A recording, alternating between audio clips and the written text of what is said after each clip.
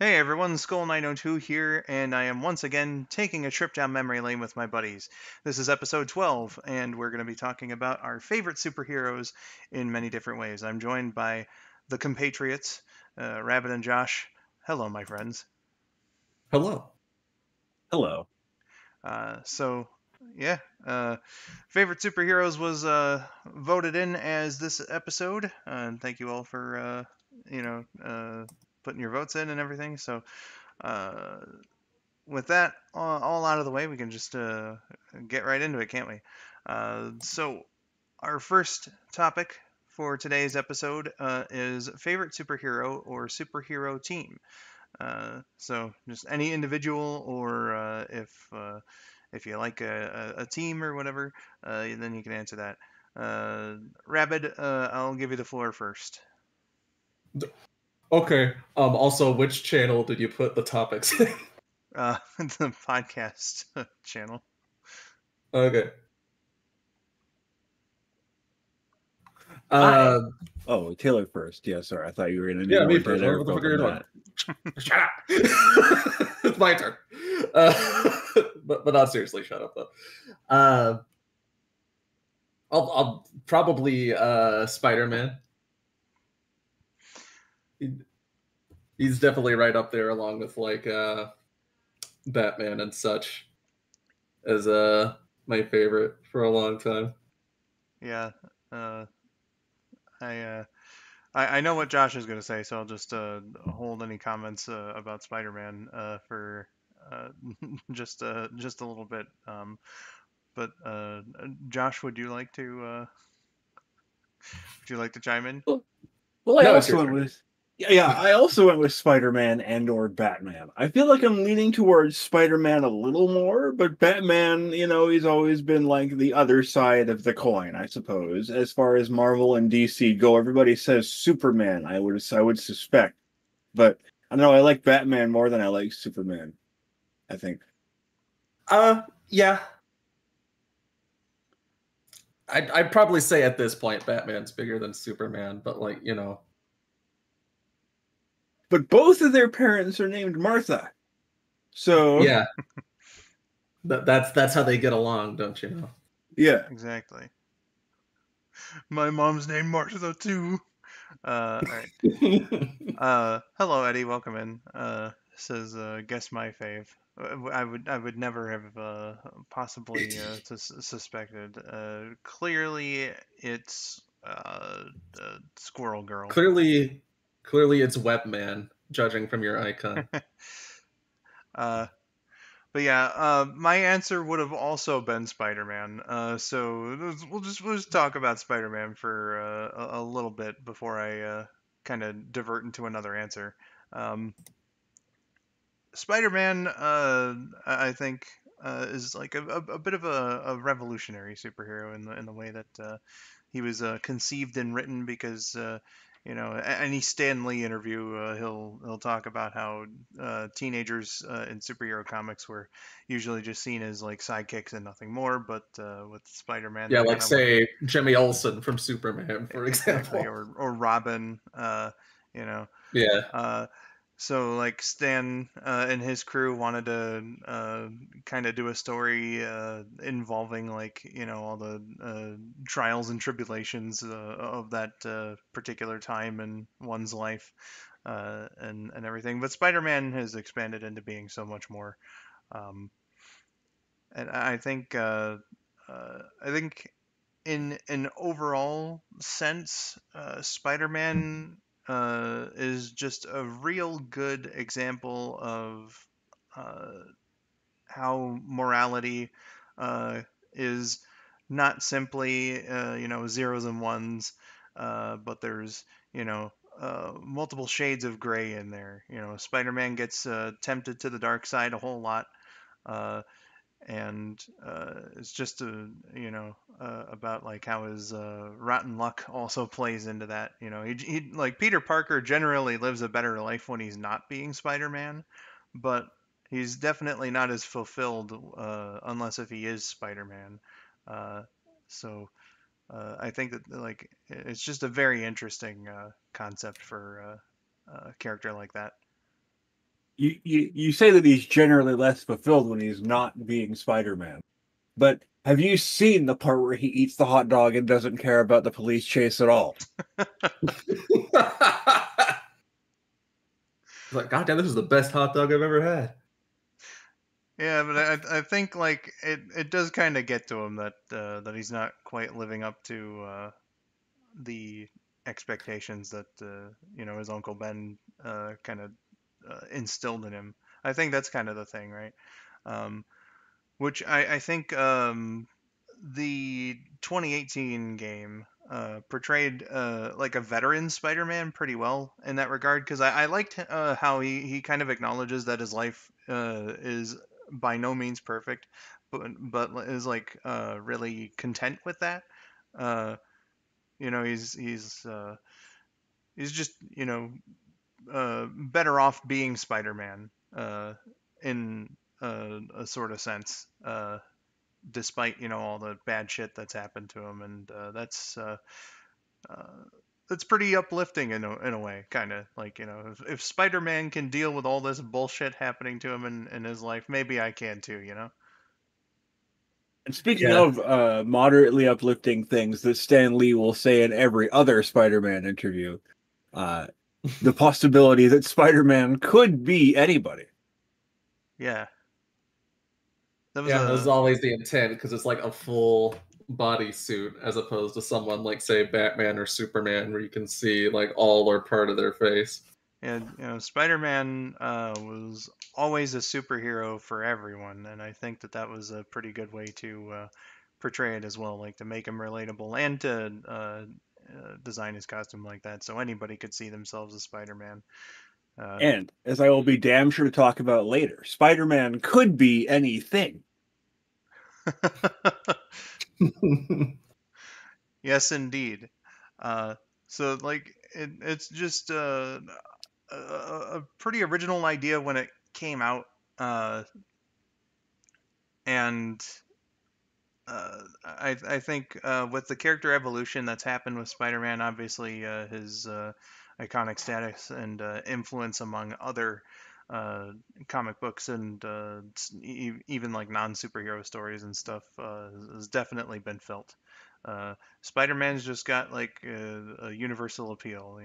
I don't think that there's anyone that I've met that like hates Spider-Man, so clearly it resonates with people, and that's pretty cool. Yeah, like a big part of the appeal, as you've mentioned, is like the duality between like his superhero life and his normal life, and how he's able to like his struggle to like balance the two. Yeah. And he's also just got a really strong rogues gallery as well, I think. Oh yeah. Yeah. Plenty of great characters to bounce off of. Whether they're helping or trying to deter him. Yeah. Such as the all-powerful Wall. Oh yeah, yeah, Wall. God tier villain. Oh, certainly. Uh, And the deity powerful Webman, which Taylor is a poser for because we had to explain to everybody what Webman was earlier. Yeah. well, my goodness. Um, but yeah, just as a whole, Spider-Man, great. We'll be talking a lot more about it later, Yeah. based on the other answers that we've got going on here. Um, But my alternate answer, because I had the feeling that at least one of these guys, and it turns out both of them, we all share Spider-Man. I said Yeah. Spider-Man half. I said Batman also. Well, Yeah, if it well, wasn't Spider-Man, it'd be Batman, and I think that's the case for both of us. yeah, But yeah. Rabid said that too. Uh, and like Spider-Man is like my overall favorite, and Superman is like so close. And he was my favorite when I was a smaller child. Um, But I'm gonna give some love here to the Power Rangers, and more specifically Tommy Oliver, for a few of the same reasons as Spider-Man, actually, because God knows the guy got turned evil like fucking 5 times at least. So he's kind of got that about him. Uh, a bit of a dark side that gets exploited by the villains a fair bit and everything. But there's obviously like not quite as much depth there. But I think that having the character there for so long definitely gave the writers more to work with as far as development and everything. Um, Went through quite a journey, uh, you know, and uh, you know, uh, that's really kind of in a nutshell what I have to say about him. But also, rest in peace to the actor Jason David Frank as well. Uh, I think that there was something about that performance and the way the character was introduced and everything. Like Power Rangers was already pretty goddamn popular before the Green Ranger came in, but just something about it really gave it that like extra spark into the mega phenomenon that it became during the mid 1990s. And uh, you know his legacy is very clearly felt among fans of the franchise and everything, so just wanted to give that a shout out too. I like Power Rangers. And on that note, we'll go off to our next category here. That is a superhero themed collectible that one might have. Josh, we'll start with you because I know that there's not like a whole lot of physical items for things that you have around. So I did allow. Uh, uh, Digital items to also be included within this category. So, Josh, uh, tell us what you got. And what I wrote here is a digital collectible, but I have a physical collectible that I did not tell you about that I'll tell you about now. Oh, There is actually, I have this like from Spider-Man 3 in 2007, 2008-ish. I have this wall thing. It's like a foam mounted 3D thing of black suit Spider-Man climbing a building. oh, sick. And so you'd stick the building on your wall and then you'd like stick him to it. And then the idea is that he's kind of coming out of the wall, right? Because it's like a foam thing. So, what you're Yeah. saying is that when properly applied, Spider-Man becomes one with the wall. I Oh suppose shit. he's supposed to be like, oh, I'm in front of the wall. I'm reaching my hand out at you. That's what's happening. But, uh, Spider-Man finally killed the wall. Beautiful. but that's my physical collectible that I have. I've kept this for years. This has been part of at least 3 different versions of my room, and I'm not exactly sure why I still have it. But that's my physical collectible. But what I wrote is that I really enjoyed the Spider Bots in Spider-Man 2 as a thing you can pick up and have because they're all different little objects, and one of them is Jameson. So, I mean, that's pretty sick. Cheer, buddy. Yeah. I also wrote down that I really enjoyed having to collect all the different costumes in these games. They do costumes really well. And in Spider-Man 2 in particular, there were color options for different things. So you could have Webman, obviously, right? Like a few different classic suit variants also had Webman variants. And then I really enjoyed the way that Spider-Man 2 on the PS5 handled costumes specifically because there were different weird specialized variants of costumes. I didn't write this one down, but I think about it now with the black suit costume, you could specifically have the red and blue outlines from Spider-Man the animated series, which I think is fantastic as an alternate Venom costume. Well, symbiote costume anyway. I really like that one too. Yeah. That is a very interesting idea. Um, Okay, collectible over. so yeah, some interesting choices there. Uh, I'll go next, and I just put down childhood action figures, but there's like a kind of more of a thing to that because like um I think when I was talking about Super Wars in our previous episode, I didn't quite mention that the plot was based on like the kind of things that I would imagine with all of my figures and whatnot, along with my brother when we were kids.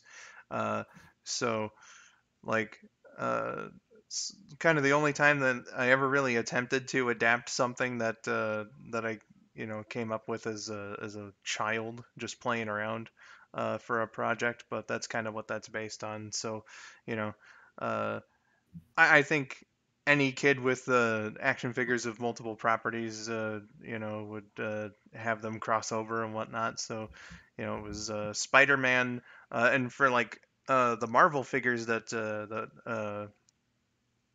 were around like when I was collecting them, as a kid. The Toy Biz ones, as Eddie mentions here.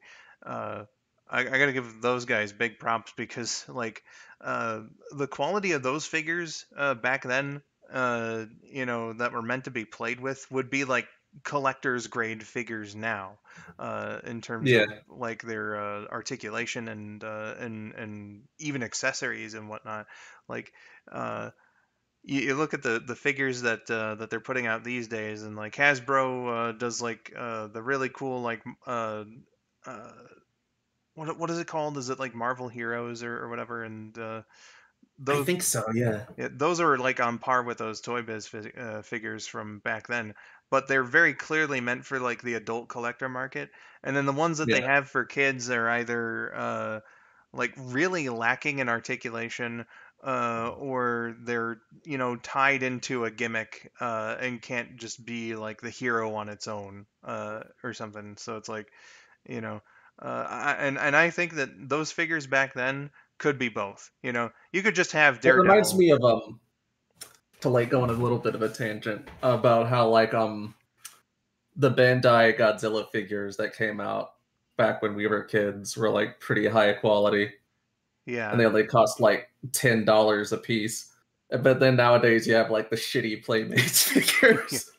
uh at least in that case they're kind of the same deal, but the problem with those ones is just the sculpts for anything that isn't Mecha Godzilla are shit.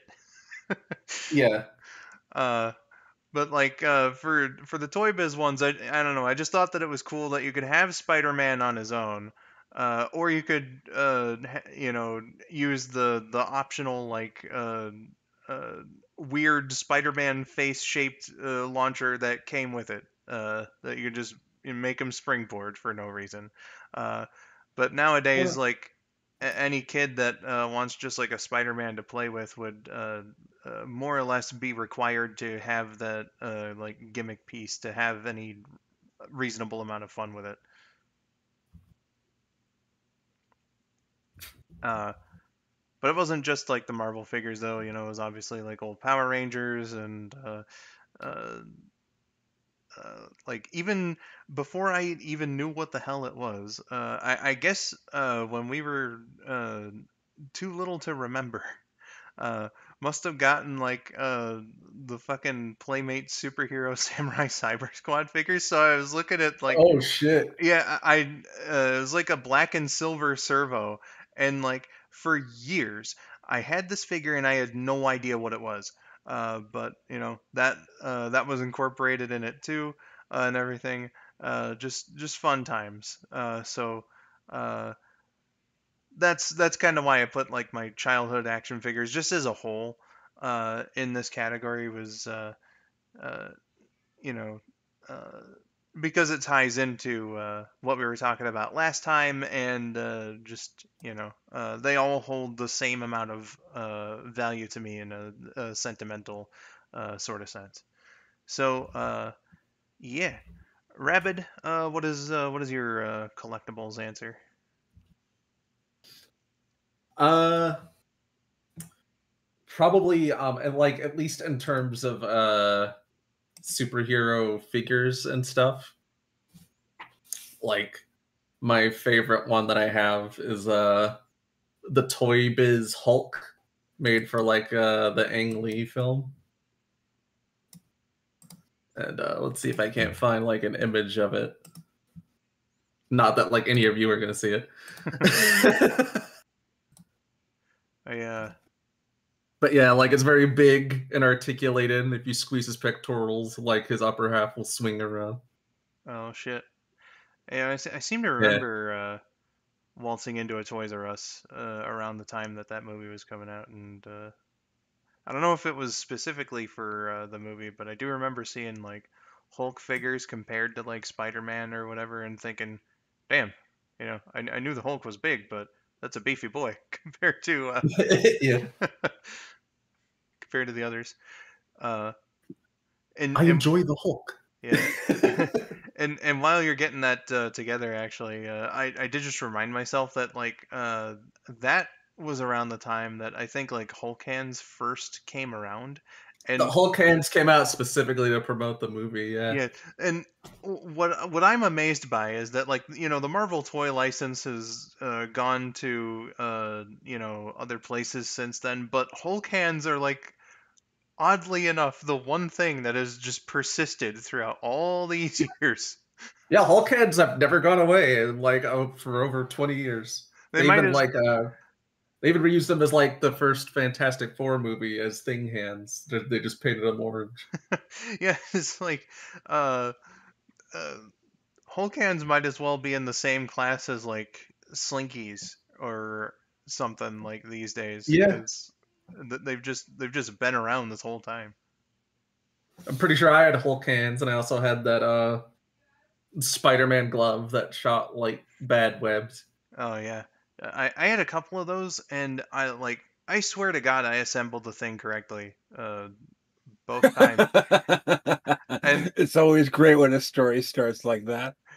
and the fucking can just wouldn't spray, so like I just had to use it the normal way, and it wasn't nearly as fun.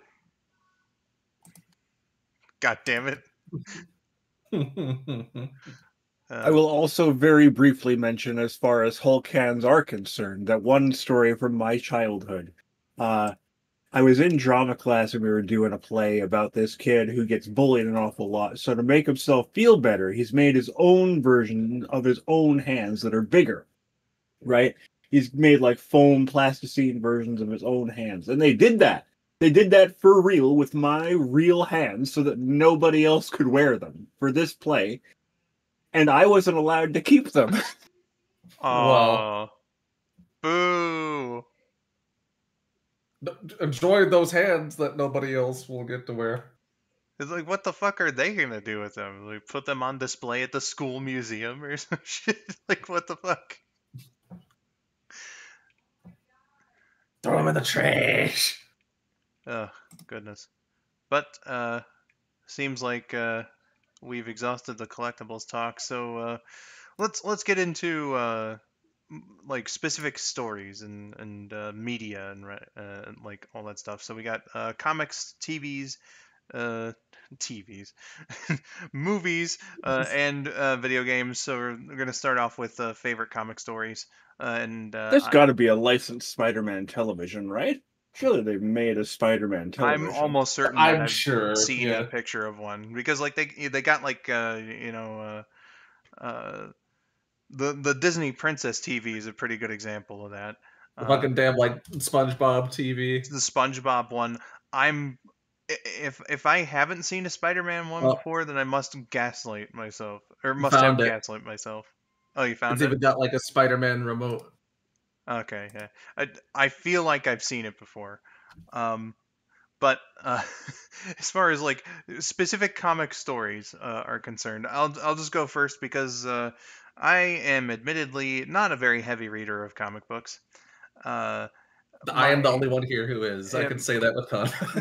my consumption of comics is very limited because like uh, I just feel that like there's just so much that you have to really know that it gets to be a bit intimidating for little old me. So most of my media consumption of like superheroes and stuff has been through movies and TV and video games. But there have been some comics that I've enjoyed, and everything, but uh, I think uh, of the superhero ones that I've read into and everything, this one kind of takes the cake for very nostalgic reasons. Uh, and I'm gonna say Deadpool Volume 2. I thought it would have been Volume 1, but there was apparently a very short Deadpool series that took place earlier. It But was a mini series, yeah. Deadpool Volume 2, numbers 10 to 11. Uh, where he ends up going back in time to around Amazing Fantasy 15, and kind of messing with uh, that that timeline a bit. Um, so I said for very nostalgic reasons, and I don't quite remember a whole lot of the story, but I'll tell you what makes this my favorite is because uh, of his Amazing Spider-Man 47. I'm sorry. All right, Eddie. I'm sorry. All I remember is it was a Craven story. I It, couldn't say what issue it was. I prefaced all of this by saying that I don't read very many comics, so don't come complaining to me. But like the basics of it, I remembered well enough. But I mentioned the nostalgia and everything, and that was kind of back like a decade ago when these two guys and I were on Skype quite frequently. I would go over to my grandma's house to get on her laptop and just hang out and shit. And it wasn't just like playing Super Mario World and everything. We were watching YouTube videos and reading some comics here and there. Uh, I was curious about the Deadpool that parodied the Spider-Man cover. So we all ended up reading both issues, and it was a lot of fun. We all took turns, you know, voicing the characters and whatnot, and that uh, that couple of comics introduced me to the Great Lakes Avengers and Doorman. so, Darman. so he was real fun to voice and everything. So yeah, Deadpool 10 and 11, 1997, good times. Uh, Josh, I'll throw it to you. I went with the Riddle from Batman Black and White #5. I feel like you'd go with that one, yeah. Yeah, the Riddle is a fantastic story. It starts with it's a choose your own adventure game, and so it's Batman chasing the Riddler into the Unmaze, which is structured like the sign is supposed to say Fun Maze, but the F fell off, so it's the Unmaze. And so you go in there, and it's a choose your own adventure book, and it says to not fall into the obvious trap, go to panel 3. And you go to panel 3, and it's, oh no, because you were late, Killer Croc ate every orphan in every orphanage in Gotham. You lose now. Jesus Christ. And then you go in there, and you try to take on the villains, right? And it says, go to panel 38, go to panel 15 or whatever. But every time you go to a different panel, eventually you will be outwitted and Batman will lose. And it said Edward Nygma wins. And there's a little insignia of the Riddler next to it, which is a question mark, right? Yeah, it's like at one point it just says like the Riddler always wins. Yeah. Eventually you can try to not take down the villains and go instead for the construction plans of the facility. And if you do that, Batman will still die, but you'll discover that it is instead construction plans for the story. And it will go, if you follow the rules, there is no way out.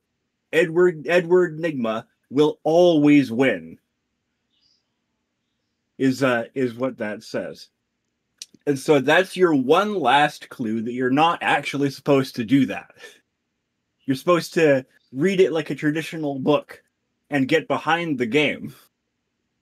And I think that's a fantastic little thing. It's a wonderful narrative device. Sounds pretty interesting. Because even then, while you're reading it like a book and you catch the Riddler off guard because you go to a panel it never tells you to go to, and when you read all those panels, he's like, what the fuck? You're not supposed to be back here, eh? And even then, while that's happening, there are still the choices. It's like, oh no, you've caught him. To throw a batarang at him, go to panel 13.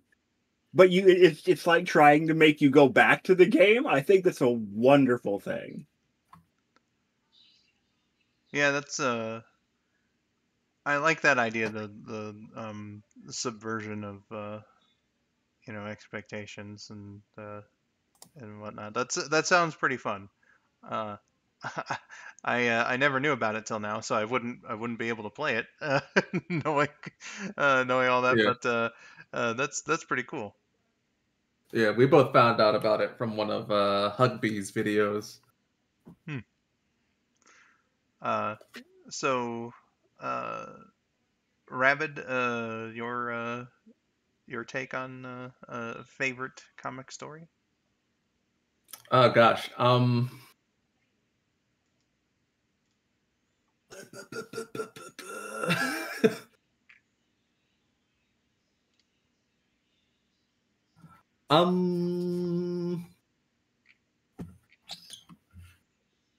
it's hard because there's a lot. I actually read them. Uh, well,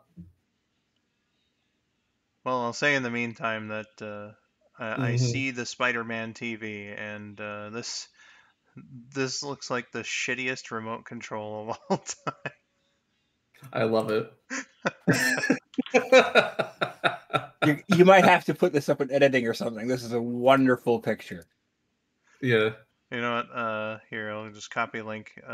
Here, like Eddie and anyone else who is watching, like the VOD or anything like that. Here's the picture that Rabid found and sent for that. So, and any comic storyline at all, if you can think of one. Oh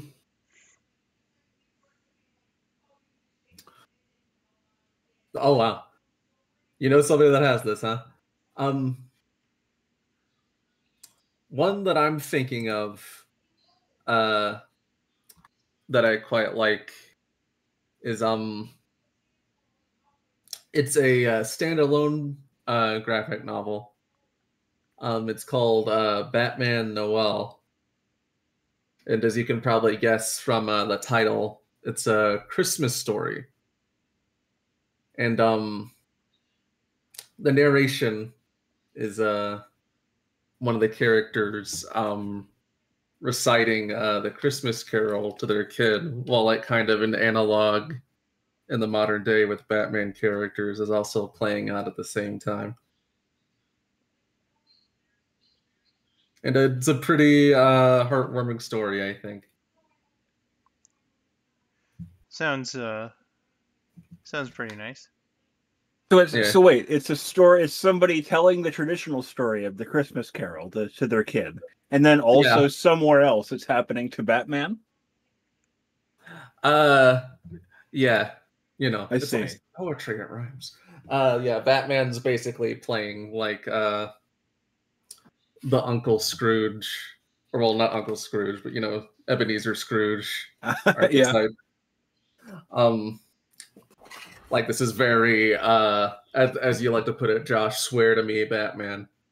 Is it? Okay. Oh, that's very clever. Oh, wow. Okay. Yeah. I see. So like,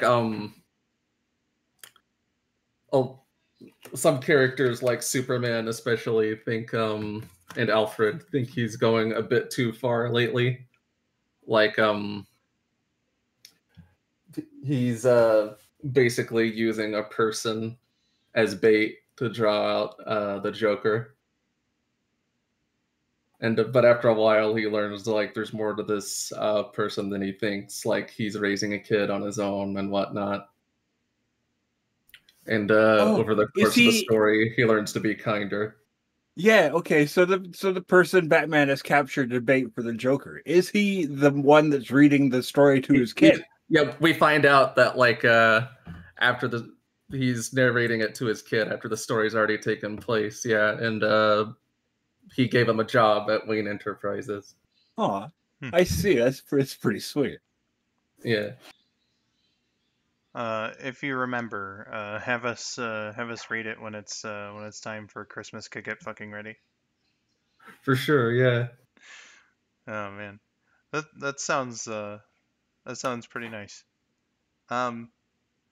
So with that said, those are our favorite comic stories. Uh, let's move on to the world of the small screen TV. So uh, room for live action or animation. Considering how the three of us are, I'm going to presume that animation is going to be the way that we go. Uh, and let's see, who did I start off with last time? Was it? Oh, it was me. But then I threw it to Josh. So, Rabid, you'll get first spin on this TV series. Um, I guess I don't have to list just one, but like, like you put in your list here, DCAU is definitely pretty cream of the crop, like Batman, TAS, Beyond, Justice League, and so on. Like they're renowned as they are for a reason, more or less, and went on for like 14 years with little gaps here and there. Mm-hmm. It's very good stuff. Yeah. As far as like Marvel goes, my favorite is Spectacular Spider-Man. Fantastic choice. Mm-hmm. Canceled too soon, but like Disney and all that. Well, what are you gonna do? And my favorite live action shows are Batman 66 and Peacemaker. Oh man, 66 though. What a show. Yeah, Yeah. just to sideline into this a little bit. I was telling Taylor this like last night or whatever. I really enjoy the characterization of Batman in the 66 show where I remember this one scene in particular where they're strapped to a train track and the train was coming, it's going to run them over. And Batman calls Alfred on his communicator and goes, "Alfred, you know how much I love and respect you and I would never do anything to damage our friendship. But I need you to fry my communicator." Yeah, I remember seeing that one with you guys and whatnot. 66 Batman is definitely something for sure. Uh, I gosh, I'm forgetting what exactly it was because like I might be conflating it with like the cartoon movies that they did. Uh, but Yeah. I know that there's a similar scene in like the proper show itself. But what I always loved was because Batman and Robin are like official members of the police force in this one. So uh, there's like a time when Robin's like, "Hey, Batman, why are we paying our parking meter? You know, we don't have to do that. We're officers." And uh, Batman's just like, "Oh well, Robin, we might be we might be police officers, but I think it's a good idea to be role model citizens and contribute to the the economy of Gotham by you know it's just like he's telling the viewer through Robin so blatantly. Yeah. It's beautiful. One of my favorite moments of that type of thing. That's another one Josh mentioned to me last night. I think it was in like the very first episode too, where like they take some gate off of a window or building or something, and Robin's like about to throw it into the ground, and Batman's like ah. And like he just takes like a fucking hook out of nowhere and puts it on the wall and hangs it up. We mustn't make noise, Robin. Well, that and like we don't want anybody to get hurt. You could have tossed that onto somebody, and the best part is he looks down and there's nobody there. But yeah, you'll love to see it. Man, Alfred's a goat in just about anything, but I think that like legit in the 66 universe, Alfred's just straight up my favorite character. I mean, valid. Can we spread some appreciation for 66 Alfred? Guy was like, man, he wasn't just a butler, man. He wasn't just the father figure to Bruce Wayne. He fucking got in the action himself a lot of the time too. It's just there's a certain air to him that I think makes him stand out among all the other Alfreds. Yeah, they didn't relegate him to the Batcave in this one. They actually had him out in like the Batmobile and stuff for a fair bit. And he was his own guy. He was his own superhero man. Yeah. I like to call him as Brandon likes to call him Dandy Man. Dapper Man. Yeah, Dapper Man, that's it. Oh yeah, when Batman has a phone call with himself, I love that bit. He doesn't even like bother changing up his voice. Oh yeah. Oh, Bruce, it's me. Batman. What I love about that too, he doesn't change the voice or anything as well, but like when he's switching phones, it makes so much fucking noise. It's the clicker machine, so it goes like an incredibly loud like switchboard noise. Like the receivers and the wires just like like bashing against each other or whatever. He like his actions are so animated. It's not like the phones aren't gonna make noise.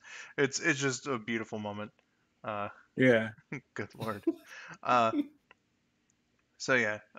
So mega love to 66 Batman. But Josh, I know you got some answers for favorite TV series as well. Let's hear it from you. Yeah, I wrote down Batman TAS and Spider-Man TAS. A lot of these old animated shows that I grew up with, shows that aired when I was younger, I suppose. I didn't really grow up with much TV. They're very good shows. Both of them in tandem are wonderful shows about exploring the depths of their characters and so on. And of course, we got Hammy Spider-Man out of Spider-Man TAS. We got the I'll chase you to the ends of the earth, right? And stuff like that. Absolutely. So, beautiful shows. Spider-Man TAS, classic. Yeah, never played it. Classic. And Batman TAS. Very, very clever show. They did a lot of the great Batman gambits on that show. I will always remember was it the last Riddler appearance on that where he like, you got to tell me how you did it though. Like, yeah. Are you going to tell me how you did it? And then he just doesn't say anything. Yeah. But no, I'm not going to give you the satisfaction. I know it'll drive you crazy. That's like the last we see of him, and I think it's not just Batman, but like the entirety of the DCAU, isn't it? He shows up in like the new Batman Adventures for like a few episodes, but he never has a focus episode again. Yeah. The shame, really, too, because he's like, obviously he's not the Joker, but he is one of Batman's more recognizable villains. Yeah, and like all his episodes were like pretty quality, but apparently they just had like a difficult time writing him the specific way they wanted to. Well, he's a very clever character. You gotta like think of the riddles. You gotta like plan out how Batman is gonna get rid of him. Yeah, that's the thing. They didn't want like stupid joke riddles. They wanted him to be like legitimately clever. Yeah. Yeah. So because just to go back to this just for a second, the 66 show does in fact have very like little funny riddles that he tells, but Tass Riddler is actually like a really intricate sort of character, right? There's layers to it, like an onion. Yeah. The Riddler is like ogres. Yeah, exactly. But yeah, I could definitely see how that would be more difficult. You know, with that for sure. Uh, Gosh, let me just type up something real quick. In defense of Spider-Man Task, I think the show may have aged fairly poorly, but I really enjoy the characterization in it. I enjoy how it explores Peter's facets of like having to deal with a bunch of stuff. He's got because it does show a little bit of his home relationship life too, and how people would target villains would target things and people that were close to him as a person once they figured out who he was, or use him as bait to lure out Spider-Man. Mm-hmm. And I Yeah. think Yeah, I that's think an they do. Yeah. yeah, I think that's an angle that isn't really explored all that often in a lot of different Spider-Man adaptations. So it's interesting to see it. Like it's like there was an episode with the chameleon, I believe, who oh was it that he took on the guise of Peter and then went to Aunt May and was like, "Oh, hello, Aunt May, fuck you," you know? It was something along those lines. Something similar, yeah. Yeah, whatever episode that was, I'm now misremembering it, so it's very unfortunate. But things like that, I've always enjoyed that, and of course Ed Asner as Jameson was really good. Hell yeah. Yeah, Ed Asner like wouldn't be like my first choice for Jameson, but I think he worked really well, yeah. Uh, you know, I think the show aging poorly has much more to do with uh, how the animation budget took a very steep decline after a little bit than the writing itself, because the show, I think, told a pretty competent story, and stuff made sense, and obviously there were some questionable things here and there, but on the whole, uh, it captured Yeah. kind of what we have talked about with Spider-Man pretty goddamn well. Uh, They and covered a lot of territory too. It was like 65 episodes. For sure. Uh, so, you know, uh, I think it definitely has earned its place in TV animation history with uh, its legacy and whatnot. Um, And just real quick, he taught you how to use a DVD player. So to click next on the CD-ROM. I remember like doing a binge of season 1 at one point, and then one of the earlier episodes was doing the point animation. I'm like, that's it, that's the animation. Oh my god. because to Yeah. clarify, right, in case anybody hasn't seen that, the here's how to use a CD player, here's how to use a DVD player, right? That 3-minute clip, or however long it was definitely 3 to 5 minutes long, had Spider-Man just do a 2-second point animation for the entire thing over and over and over. It was a wonderful bit. Yeah. Every time that I reference it, like it's one of those fucking ticks, I have to do the point and like the lean in that Spider-Man does when I'm referencing it. It's an option in like a CD-ROM that you have to click yourself, but like no, you can't skip the clip because it's a video file. So it just loops that throughout most of it. Yeah. Uh, God damn. There was another point about Spider-Man 94 that I wanted to make, but I'm completely forgetting it. So, all right, yeah. I think one of the other interesting things about it too is, and this also counts for like the other shows that were going around the time, but uh, one dude I remember pointing out that like uh, Spider-Man 94 kind of cemented the idea that like the Marvel shows from around the time uh, were more or less the MCU before the MCU was a thing. Uh, and I just thought like that's kind of like a cool detail because they crossed over with X-Men and like Fantastic Four and whatnot. And those aired on Oh, Fox, but then you also got like uh, uh, some of those shows like Iron Man, for instance, crossed over with the Incredible Hulk, which aired on UPN and whatnot. oh So wait, so this is more than just Secret Wars then. yes, Yeah. Oh, wow. Okay.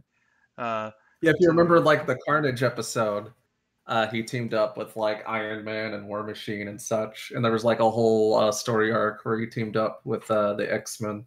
yeah, and like for the most part, I thought that it was pretty cool that they especially for the X-Men cast who are Canadian. So uh, Yeah, they had to like they, fly him all over to LA for yeah, those couple or so episodes. there was a consistency with the VAs too. So Tony Stark's being voiced by the same guys in his cartoon and War Machine and whatnot, and with the X-Men cast, obviously, there's a huge deal to uh, bring those actors into LA to record their lines. Uh, So there was like a good consistency about it too. Fantastic Four, not so much, but it did give us Tom Kane and his absolutely ridiculous, vaguely Eastern European accent. I am Doctor Doom. I am from Latveria. Yeah, just wonderful stuff. Uh, so there's Spider-Man '94, one of Josh's picks. And just to cut in for like a second, um, I think the CG Spider-Man show was pretty underrated. That one was very good and also preemptively canceled. Uh, Yeah, The one with Neil Patrick Harris. Hell yeah, yeah. yeah, the one on MTV. There's good shit all around. Uh, but my personal pick for TV series is much like Rabbit. I'm gonna have to go with the DC animated universe just as a whole, because I don't think that it would be enough to include like just one of those series, uh, you know, in the conversation about like favorites. I think like it all just ties in together.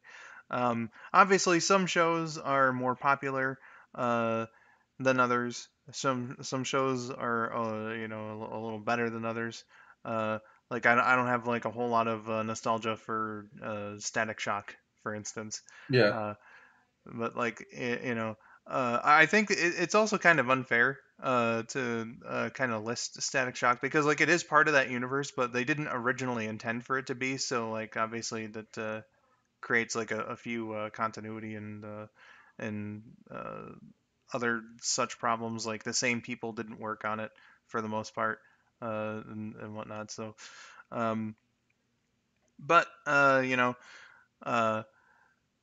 like the stuff that hits real hard, like it's so fucking good. Like I think a lot of people would generally assume, and they'd be right to a degree, that like the Tim Burton Batman films kind of changed public perception of Batman amongst like casual uh, you know uh, viewers and stuff. But I think that the animated series definitely kind of uh, set those standards of Batman, like what Batman's supposed to be in the minds of people. But he obviously had more reach by being on free TV uh, yeah, and uh, and whatnot. It was very true to what Batman is, and again, did a lot of new stuff uh, and a lot of mature storytelling for something that's on children's television and whatnot. They really let the creative freedom go on, but that really extends to most of it. Like I would be hard pressed to find a better version of Superman than Superman the animated series depicted him. yeah. Uh, you know, uh, just incredible stuff, and on the more obscure end, I will always be a defender of the Zeta Project. That did not get nearly as much attention as it deserved. Uh, an extremely interesting concept, and I thank Batman Beyond very much for uh, introducing the character, and apparently it did well enough with Warner Bros. Executives to like get its own series and everything. Uh, so yeah, just I mean, if you want some of the best depictions of the DC characters that you ever did see, DCAU, good shit. Uh, Well, I'm dumb. I mentioned this. Both of us, I think, mentioned this a bit on like our Cartoon Network episode from a while ago. Um, like I really admire how these can just play around with the tone and not feel egregious, because you can Yeah, have like a pretty like dark and dramatic episode where at one point, and then the next one can just be like completely played for laughs, and they still feel like they both belong in the same show. yeah, like I'll give you like two perfect good examples of that. So like on one hand, you could have like the baby doll episode of Batman TAS, and then on the other hand, you got Mixie Spitlick's debut in Superman TAS. But they don't feel like that they don't belong with each other in the same overall universe. Yeah, Those writers just knew exactly what the fuck they were doing, man. They masters of their craft. and it gave us like Kevin Conroy and Mark Hamill as Batman and Joker, and it gave us like Harley Quinn and so on. Yeah, like there's so much in the modern day that's owed to the DCAU, and you know, uh, I think that without it, we would have missed out on not just all the good stuff that it brought, but the good stuff that it inspired as well. For sure. Just real quick about the impact of Mr. Spitlick in Yeah. Batman Task. I believe it was it Smallville? Whatever live adaptation of Superman was after that. There was a scene where an episode of Mr. where Mr. Spitlick, sorry, can't say his name now. Mr. Spitlick was in that show as well, Smallville. Mhm. And they were playing up an angle where all of them were the same guy. So there was also going to be a bit where he would come back and he'd be animated and voiced by Gilbert. That would have been incredible. Oh yeah. Oh my god! McGurk. Uh, so yeah. Let's move on to film, shall we? Uh, so favorite superhero films. Lots of good ones out there. Uh, I'll just say that my personal favorite is Spider-Man 2. That's from the Raimi trilogy. Uh, the first one is a classic. I'm something of a something of a film enjoyer myself. Uh, but like Spider-Man 2 takes what the first one did and just expands that universe just in such amazing ways. You get Peter having his problems with his powers, and eventually, saying, "Hey, screw being Spider-Man." It's a good example, actually, of all that stuff I talked about earlier. Like uh, his life on the surface is better when he's just Peter Parker. He's not missing his assignments in school, or having to worry about criminals, or all that shit.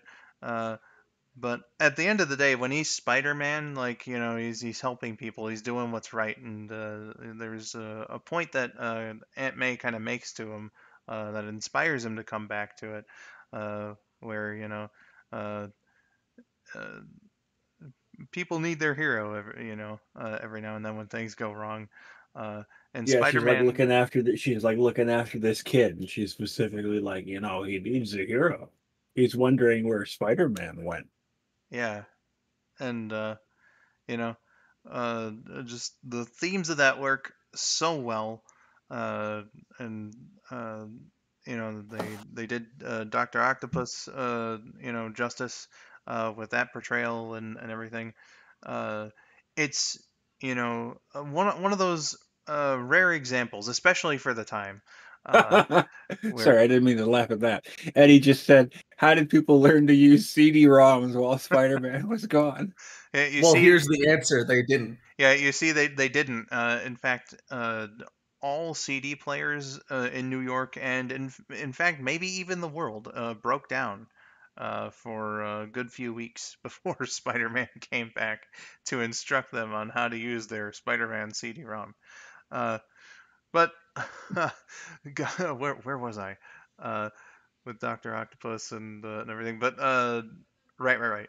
Uh, it's one of those rare examples, especially for the time, as I previously said, uh, where a sequel to a movie uh, improved on the original so much that it's just like straight up a better movie. It is as close to perfect as a superhero movie uh, that you're ever gonna get. Uh,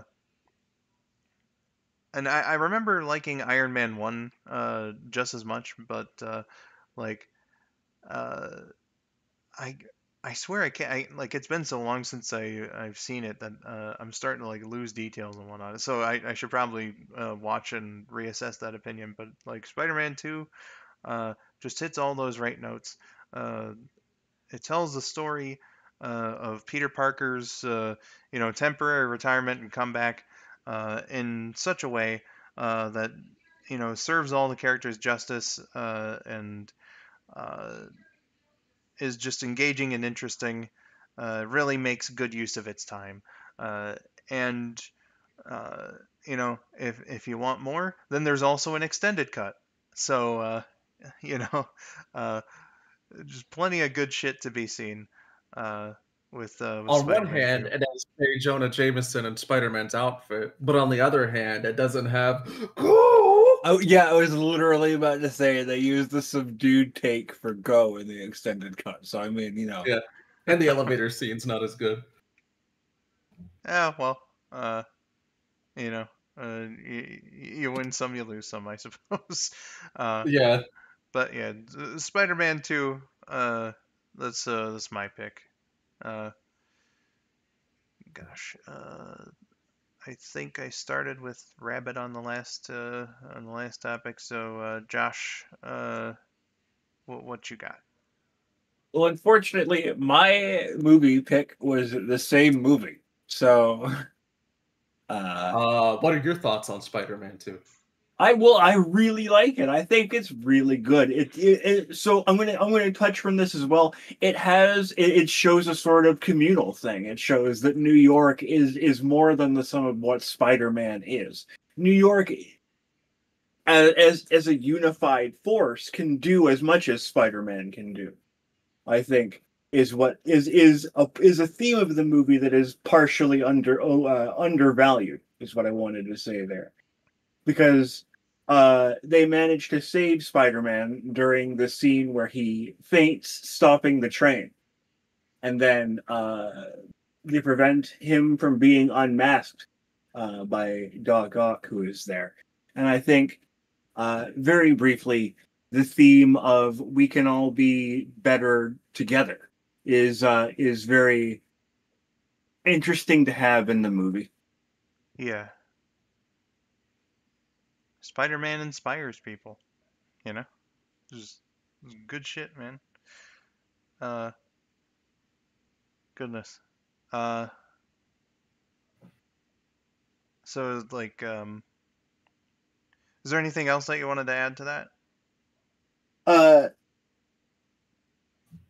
Spider-Man 2 is also a very good character building movie for Jameson. Because I believe, no, it's the first one. It's one of those ones. It's one of the first two. I think it was Green Goblin who shows up and asks who takes the photos of Spider-Man. and That he was like that one. had it was number one. It was number one. Yeah. And he has him in like a chokehold. And Jameson squeaks out that he doesn't know who sends the photos. He sends the photos by mail as a way to protect Peter and his family. And I think it's a very noble thing. It's something that Jameson doesn't get a lot of credit for, but he does care about his employees. Mm-hmm. And I would say that the second movie kind of expands on his mindset as well, because like I think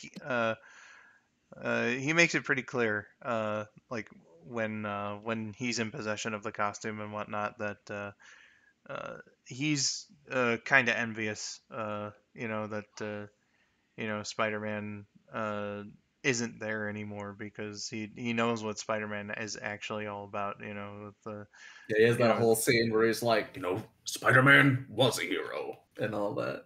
yeah, so like he just can't bring himself to say it. But So then the costume is stolen back from him, and he's like, he's a thief!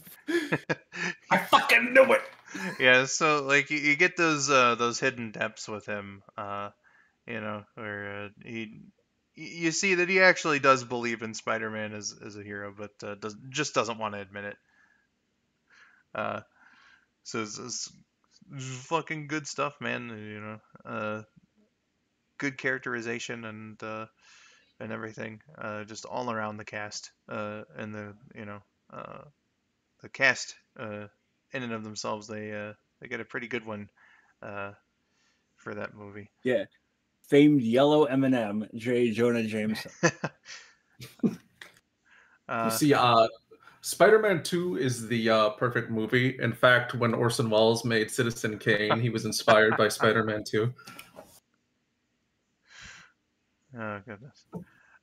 So Rabid, your favorite superhero movie?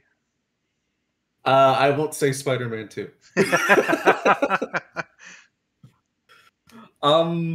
I'll go with Batman 89. But does it have, where you been looking for you all morning? Why didn't you pay your phone bill? No, but it does have Wayne Manor, which they reused as Norman Osborn's house in the Sam Raimi movies. That's right. They No did. way! Yeah, they Wow. just they filmed in different places so that people wouldn't know immediately. But Yeah, it was They specifically went out of their way to like try and not replicate shots from Batman because they were filming Oh, in the same place. what a phenomenal segue. What the fuck? That's crazy. What a crazy segue that is. Yo, Yeah. chat, get a load of this, what just happened. That's awesome, dude. Yeah. And of course, both movies are scored by Danny Elfman, so they're fairly connected. But yeah, I just think Batman 89 is a very fun movie. Michael Keaton's a great Batman. We get like a very like silly, kooky Joker from Jack Nicholson. It's just it's good stuff. and we get that lovely part where Batman, who does not kill people, sends that one guy down a well with a bomb that's lit. Well, you see, they were actually adapting the early Golden Age Batman.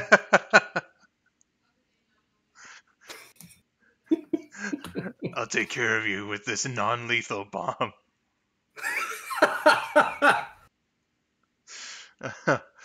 Oh goodness.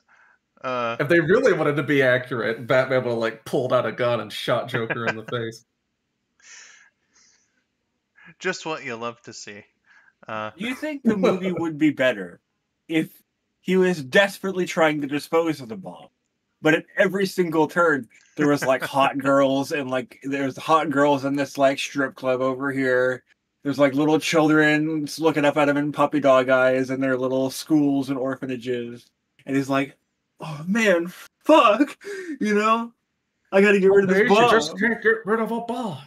Yeah. Yeah. Yeah. Yes, the Batman 66 movie is goated as well. If there's one thing that's missing from Batman 89, it's Bat Joker repellent. He just sprays them in the face. He's like, ah! It just dissolves. I can't believe you sprayed me with the bad Joker repellent. Yeah, he's clearly inspired by the Joker gas, and wants to beat him at his own game. Oh man. Uh, that said, we're gonna move on to the world of video games now. Josh, I'll let you take this one first. Your favorite superhero video game? Okay, I said Spider-Man PS4, but I kind of mean the entire universe of Spider-Man on the Sony PlayStation. Uh, and I really enjoy the things that people seem to not like so much about it in terms of this. No, I do though, in terms of this story lately, because everybody's like, "Oh, Spider-Man went woke with Spider-Man on the PlayStation," because there's a deaf person in it, and they have like pride flags on the streets. I like that. I like that it's like a modern, like, oh, well, it would be in New York, wouldn't it? They would have the pride flags there. And of course, Yeah. Miles would be friends with like a deaf person, right? That's neat. And I really enjoyed the little somber, excuse me. I really enjoyed the little somber scenes where you this was ruined on the PC version on the first day, by the way. But there's this quest where you follow this trail to a man. We're looking for a man, so his granddaughter can like see him again. Because he's Yeah, wandered off he had like the pigeon side quest in the first game. the pigeon side quest. I'm talking about a different quest, I believe. Oh, a different old black man, right? Yeah. Yes, right. Yeah. You got the one now. We're following a trail to this old man who's wandered off from the retirement home, and he's wandered into a park. And so you sit next to him on the bench he's at, and you talk with him a little bit about his life. And he tells you about his wife who had died, and he comes here because that's where she liked to go. And it's a very somber and emotional, like 5 or 3 minutes that you sit here with this man, and then the quest is over. But it shows you the humanity of both the people around you and who Spider-Man is. Because you could do that as Miles or as Peter, but both of them are like nice, compassionate people. Yeah. You mentioned like, and this goes into your point here too, obviously, but you mentioned like kind of a sense of community in Spider-Man 2, the movie, and I definitely got that from uh, watching Rabid play through the first game. Unfortunately, wasn't around for the second, so like I don't know a whole lot of what happens in there, aside from like I caught you guys playing the last boss. But that's all I like. That's all I know. Just a little bit of the last boss, but uh, uh, that's kind of one of the things that I like about them choosing to have like Peter be long tenured as Spider-Man uh, in uh, in the game as well, because then they had an opportunity to show the effect that Spider-Man has on the community as a whole. Like you know, I think and what I was thinking earlier when I mentioned it too is. Where it shows like at the beginning of the first game where like Spider-Man is just a regular customer at like a pizza shop. He's got like a favorite pizza shop, and the guy is friends with Spider-Man, hooks him up with pizzas all the time and whatnot. Uh, and Spidey's just like, being Spider-Man's hard, but man, I do love these pizzas. Or like the mission that you get uh, where the guy decides that he knows martial arts well enough and just starts fighting criminals and whatnot. That's one of my favorite ones. Yeah, Yeah. Oh, fake Spider-Man? yeah, Yeah, yeah, fake Yeah. Spider-Man is yeah, my favorite side quest. Kung Frank, as it were. He it, it just shows the kind of impact that Spider-Man has on people. Uh, throughout New York. Those, along with the ones that Josh cited, I think it uh, it does a very good job at showing the humanity of Spider-Man and the humanity of those around him. Yeah. And just to piggyback off this real quick before we jump off this, like the universe of the video game, I really enjoy its characterization of Jonah again. This time he's transitioned from the Daily Bugle into being like an Alex Jones style podcaster. He's like a conspiracy theory podcaster man now, and I really like that Jonah. That's a really good Jonah.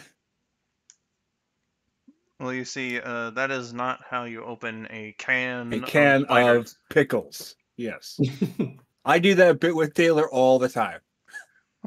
Spider-Man, that is not how you open a can of pickles. Good. Okay, so we got Spider-Man for the Insomniac Spider-Man Yeah. for Josh. For Rabid, what would your choice be? Um, I would probably say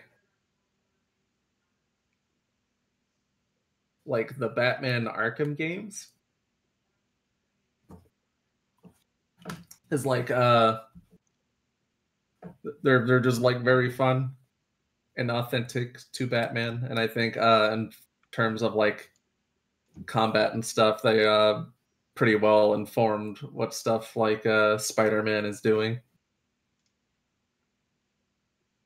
Yeah, buddy. But also Neversoft Spider-Man, which I play every year. Yeah, dude. The Neversoft game, and its sequel to an extent, but like the Neversoft one, definitely. Like, you can just kind of tell that was like a love letter to Spider-Man, and they have like a really good sense of humor.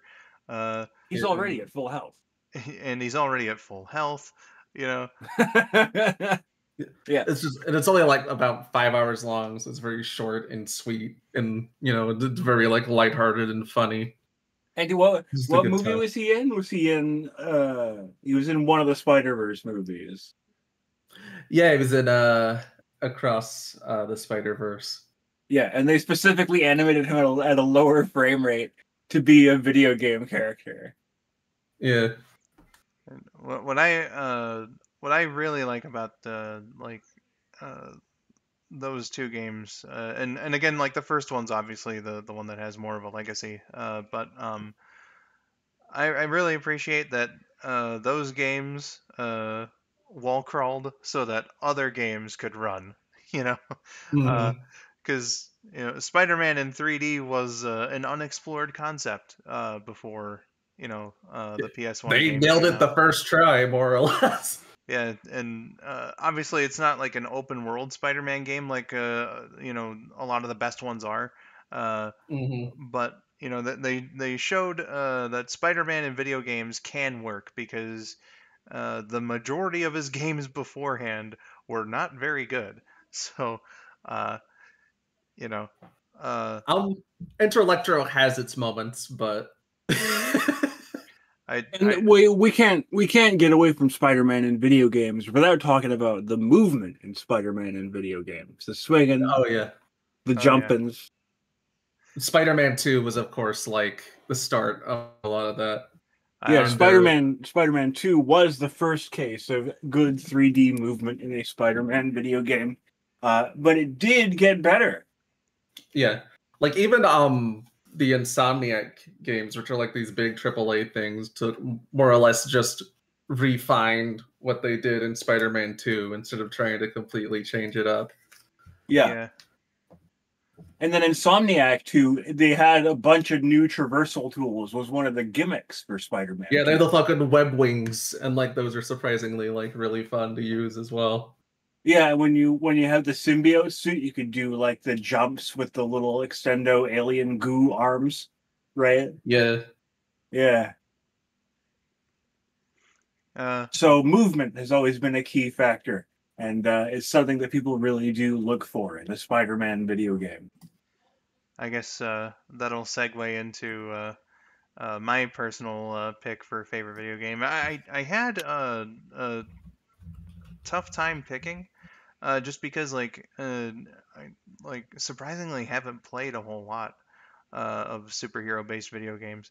But when I got down to the nitty gritty, uh, it was either like the nostalgia, and honestly, I do think that it's a very good beat 'em up platformer of Mighty Morphin Power Rangers for the Super Nintendo. But I was thinking about it, and I was like, you know what? Ultimate Spider-Man just hits in all the right places. Um, and a lot of it does have to do with that way of movement and just how fluid and well the gameplay works. Uh, you know, you can tell that a video game is something special control wise when you can just fuck around and it doesn't get boring. I love video games like that. Super Mario 64 has that quality for me. Sonic Frontiers has that quality for me. And you best believe Ultimate Spider-Man has that quality for me too. Because you do have to do a lot to unlock new missions and story content and stuff. Uh, but I think they took that. Sorry, I think they took that into account when they were like, okay, so we can't just have the player run to a car that's been stolen and just beat the guys up. We got to make it fun to get to the car and everything. I have spent so many gameplay sessions of Ultimate Spider-Man uh, just swinging around, not even like paying mind to the story or like some of the quests on the map that I had to do because it was just that fucking fun.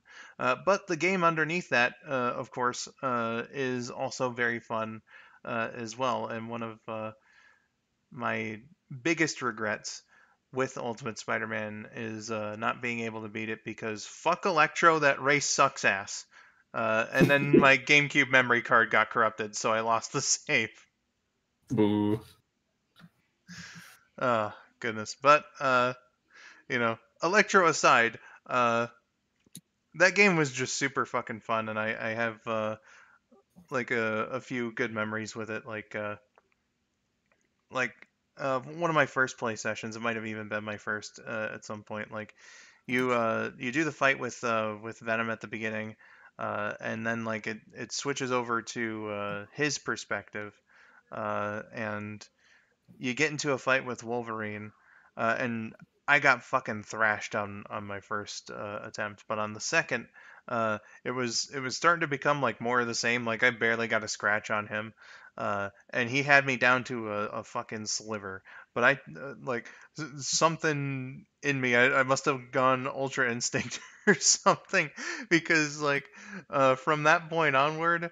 I did the like exact same thing to him, and then to beat the boss fight, and that's like one of the few times I've just been like, wow, I just felt so powerful doing that. Well, you see, you failed to comprehend the part where Wolverine jumps at you and then he starts screaming trivia at you about Iron Man while you're fighting him as Venom. Oh yeah, the bit from Web of Shadows. Yeah.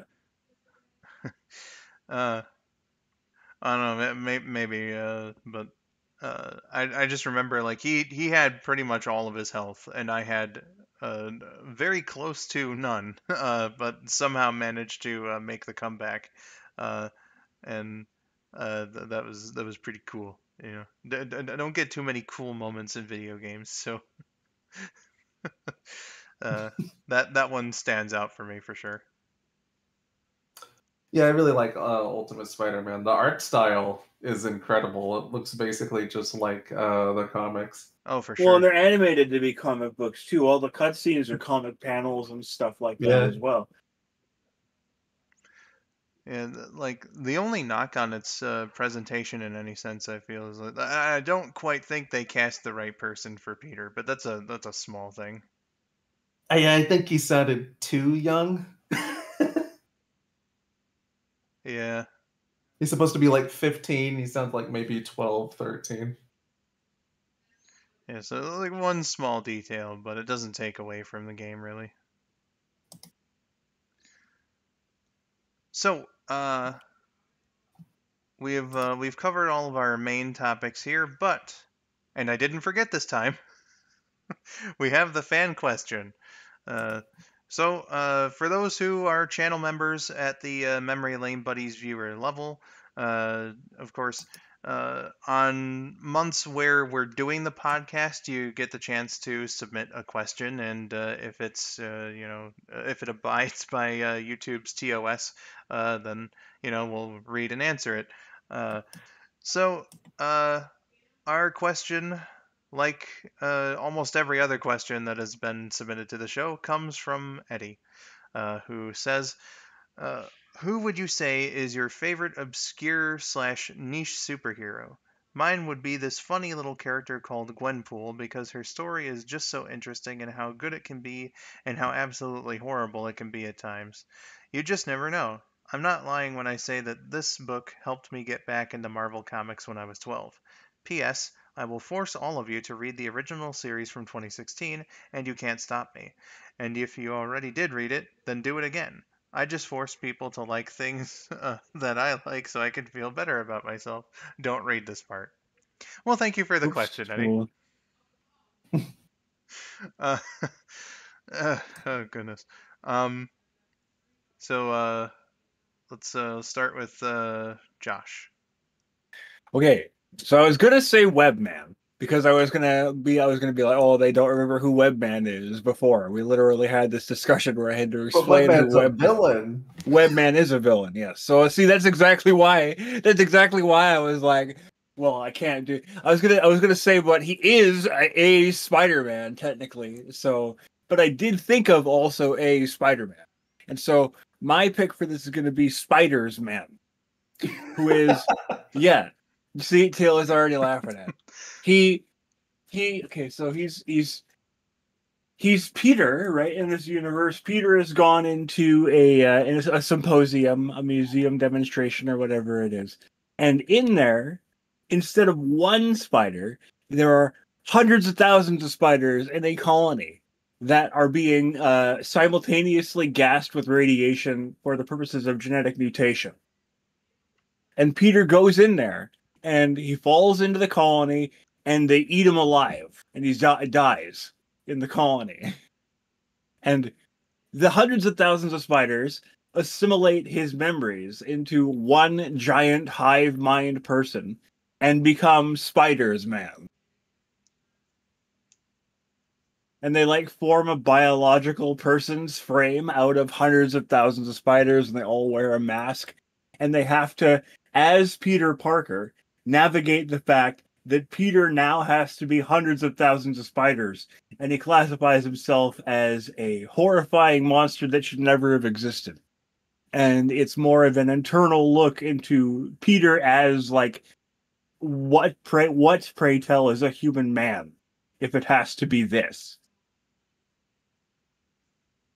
It's But also, what's that? I was just gonna say it's quite an out there concept. Yeah. Yeah. And also, just real quick, Spider's Man is not above doing some horrible things, such as, I believe it was the Hobgoblin. He like climbed into his mask underneath it and decapitated him. Right. Because that's the thing that spiders could feasibly do, is get underneath there. And so like a dozen of them got underneath there and cut his head off. And everybody was like, oh, you just cut that guy's head off. What the fuck? Dude. And yeah. Anyway, Spider's Man is my pick for that horrifying amalgam, who is a genius idea for just adding an S on the end of a character that already existed. Oh my god. Spider-Man plural killed that guy. So I'll save Rabid's answer for last because like he's the comic book reader of the three of us, and my answer is gonna be pretty short, because it ties into something earlier. I like, to the best of my memory, like my first immediate thought to this question was just straight up Doorman. Because I figured it was going to be Doorman. Yeah. because I like the voicing him so much. Uh, where he's got like portal sickness or whatever, and I just made him say a bunch of silly bullshit and got to like groan in pain anytime that he appeared. So, I know that there's not a whole lot to him, but he and Flatman, I think, made quite a duo. Me and Rabid, and everything, and then the other two were there as well. But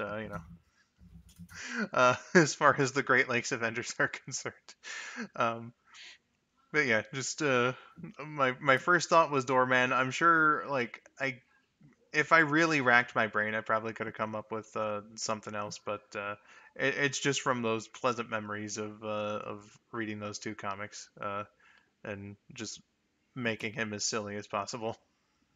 Doorman. Um, so Rabid, your pick for obscure superheroes? Let me think.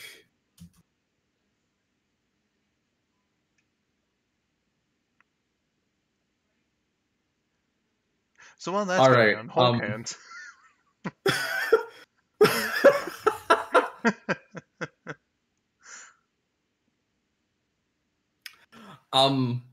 Okay. This guy is like mega obscure. He's had maybe like 6 appearances in comics altogether, and he certainly doesn't sound like a good guy when you describe him. But technically, he's an anti-hero, I guess. It's so fucking stupid. There's a DC anti-hero from like the late 90s, early 2000s called the Dog Welder. Okay. And he kills villains by, by taking dead dogs and welding them to their faces.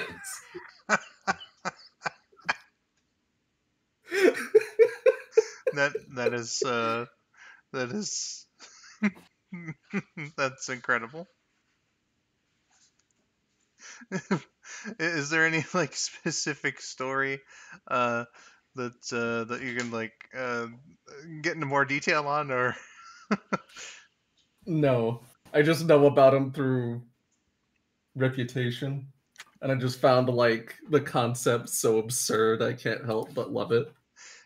you know, I gotta agree with you there. So is it like, what if he was trying to raise awareness for dead dogs? Like somebody killed his family dog and then it stuck with him for so long. And he's like, look what you have done to people around me. And he like welds his dead dog to somebody's face and they pass out. And he's like, wow, that's it.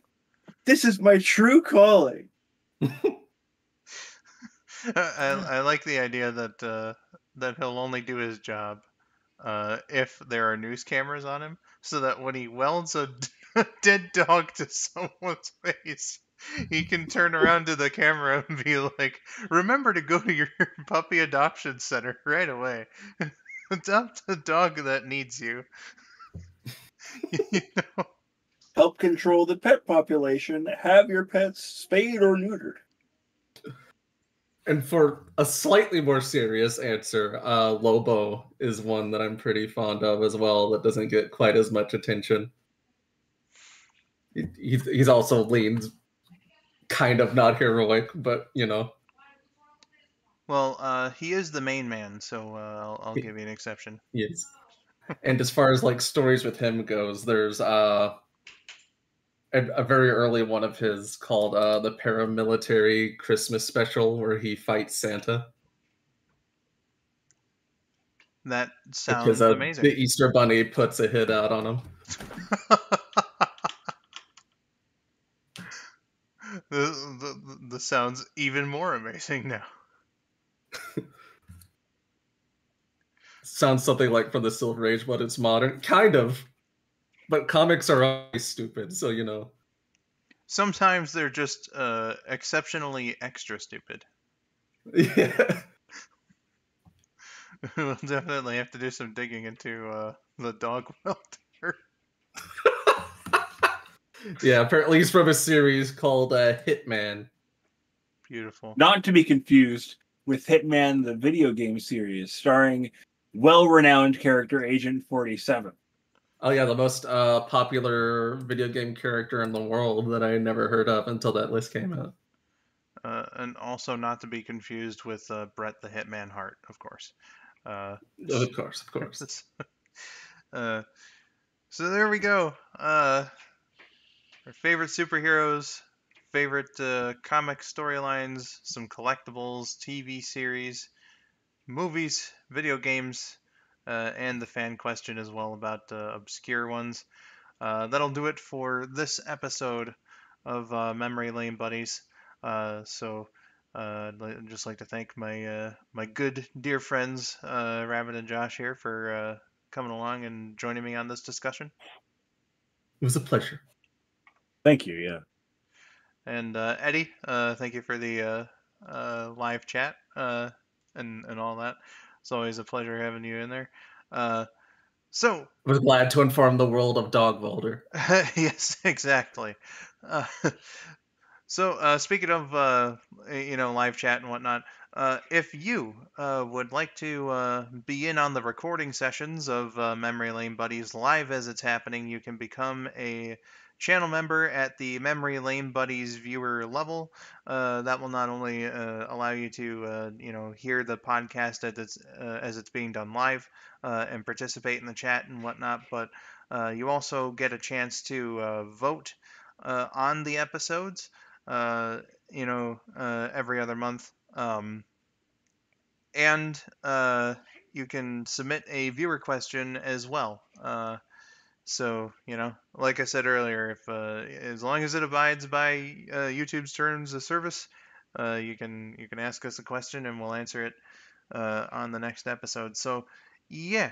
With all that said, everyone, I have been Skull902. Rabid. That guy. Thank you for watching, and have yourselves a wonderful day. Bye-bye, everyone.